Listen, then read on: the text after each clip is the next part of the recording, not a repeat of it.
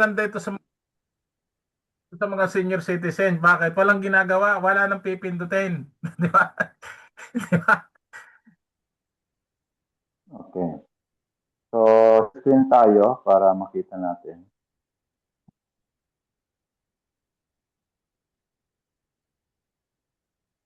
Ayan.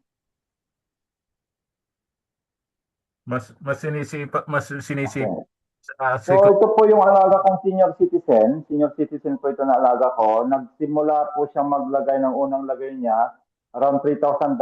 Hindi ko alam kung saan niya kinuha, baka sa mga anak o kamag-anak. Kasi nga, ito ay laging nanonood sa aking YouTube. Hindi natin katim ito, Bro Danny. Hindi natin katim. Ako ang nanghinayang na hindi natin katim eh. So, ang total na ilinagay nito, Ako yan, kilala ko yan. ah, ang total na inilagay nito ay around kulang-kulang 5,000. Okay, $5,000.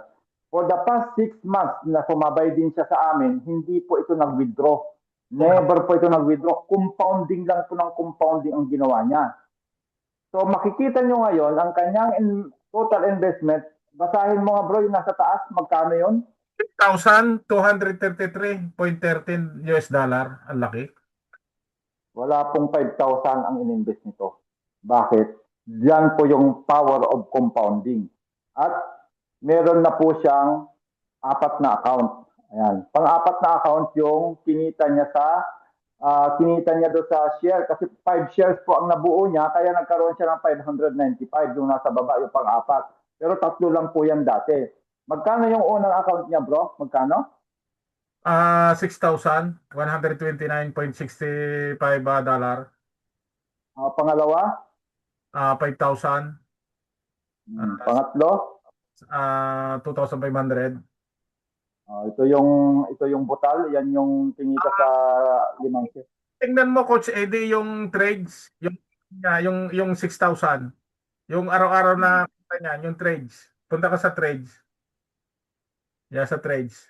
Ang laki niyan. Ang laki niyan. Ah, Yan oh, kita mo, araw-araw. Yung 64, Yan po ang kinikita niya. Yan po yung kinita niya kahapon. Yan, 64, yung kinita po ng, yan $2. po kinita niya. Kita niyo?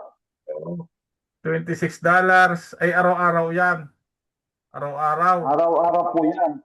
Oh, Kaya natuwa ako nung mag-decide na siyang, sir, magwi-withdraw na ako. Sabi niya nung isang araw, hindi rin marunong. Tinuruan ko yung anak niya sa GCash.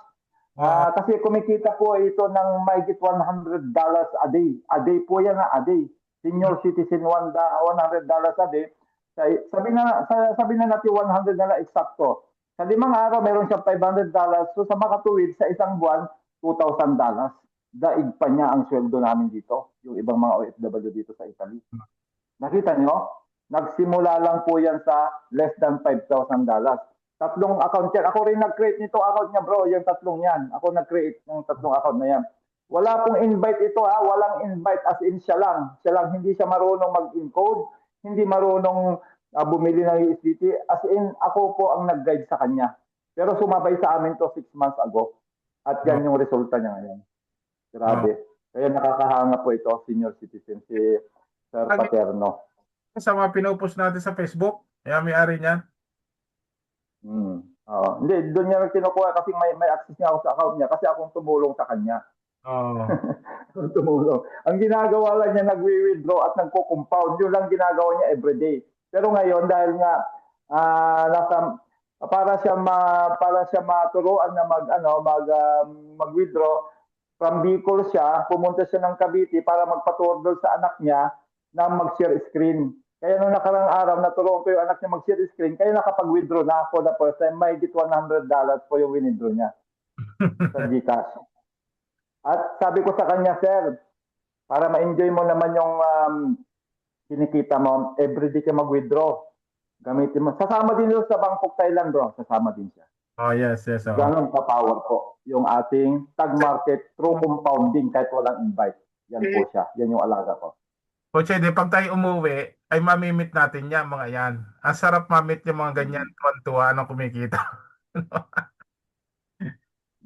Sabi, ang income niyan. Grabe, sabi ko, ang galing nyo, sir. Ang galing nyo talaga na natiis nyo na hindi kayo nag-withdraw ng 6 months, kinumpaw nyo lang. Yung 5,000 yun, naging 14,000. Na ilang percent ang kinikita niya? Sobra pa sa doble for the past 6 months. Oh. Sobra sa doble. Nakita niyo ho, kung gaano kaganda po yung ating tag market. Eh di lalo Grabe. na kung i-invite, ano, doble yan. Oo, wala. Hindi nga marunong mag-import. Siyempre nahiya din sa akin kasi hindi nga natin ka-team.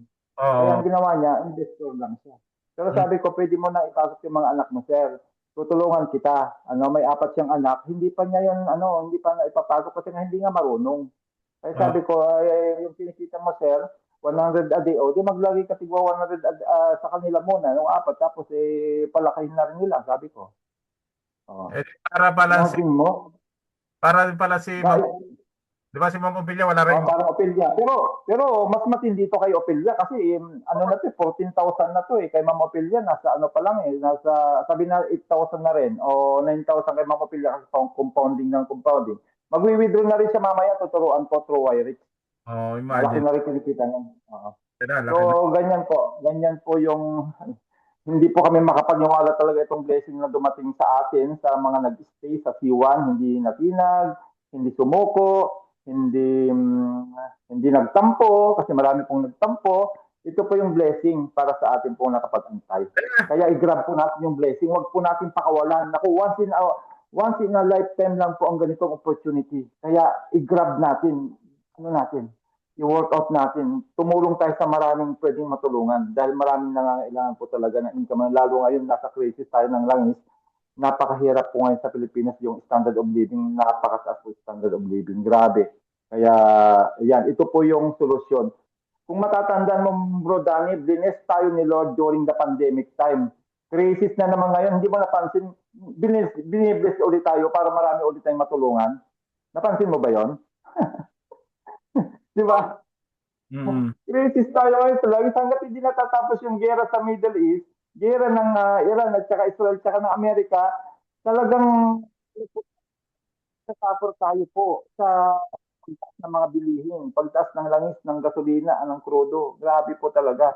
Kaya ito po yung solusyon sa nakikita namin ngayon para sa ating mga Pilipino. Okay bro, yan. Okay po. Thank you. Nakita ko lang sa inyo para another motivation pa sa ating lahat. Mm. Grabe po. Ang dami ko rin Coach AD na hawak na account. Oh, ayan niya. Natutuwa naman ako na tuloy-tuloy ang ating mga kababayan na pumapasok. Sa mga leaders nga lang, congratulations sa inyo at masisipag at matyaga, ano? Ayun lang po yung pinanghahawakan namin, medyo matyaga, no? Hindi dapat tayo sumuko.